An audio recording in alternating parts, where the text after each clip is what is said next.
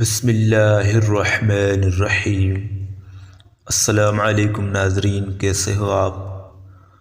ناظرین، ایک شخص کہتا ہے کہ بچپن میں ہی میرے والد فوت ہو گئے۔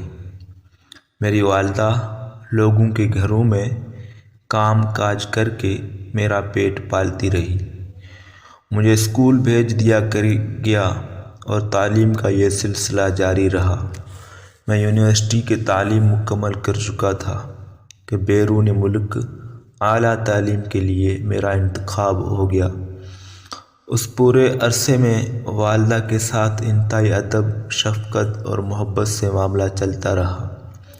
والدہ نے مجھے الوداع کرتے ہوئے بہت ہی نصیحتیں کی، بیٹا صحت کا خیال رکھنا، بیٹا خط لکھتے رہنا۔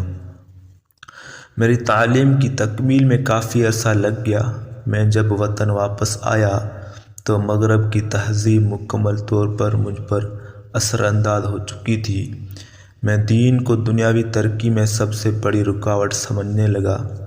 مجھے اچھی ملازمت مل گئی اور تنخواہ بھی بہت زیادہ تھی۔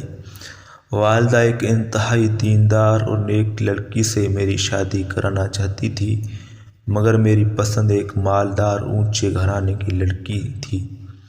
چنانچہ میں نے پسند کی شادی کر لی۔ چند مہینوں میں اس عورت نے میرے دل میں والدہ کی محبت کی جگہ نفرت بھر دی۔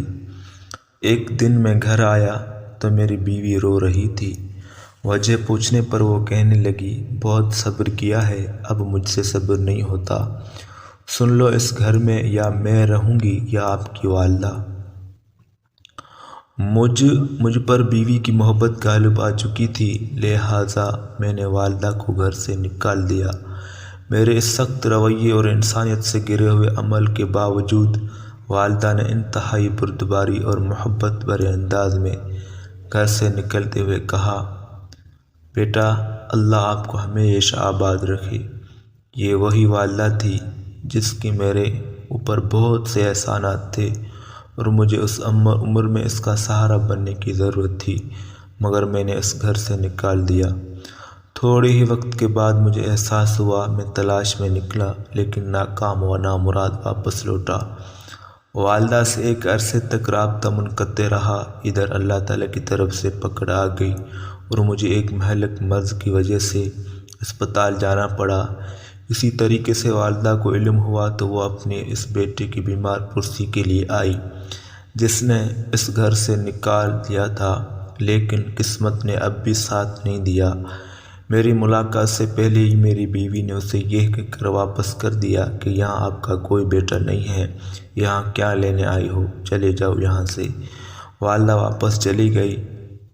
کافی عرصہ بیمار رہنے کی وجہ سے جسمانی حالت تبدیل ہو گئی۔ ملازمت جاتی رہی، مکان بک گیا، باوجود اس کے کہ بہت زیادہ مقروض تھا۔ میری بیوی آئے دن ناجائز مطالبات کا بوجھ بڑھا رہی تھی۔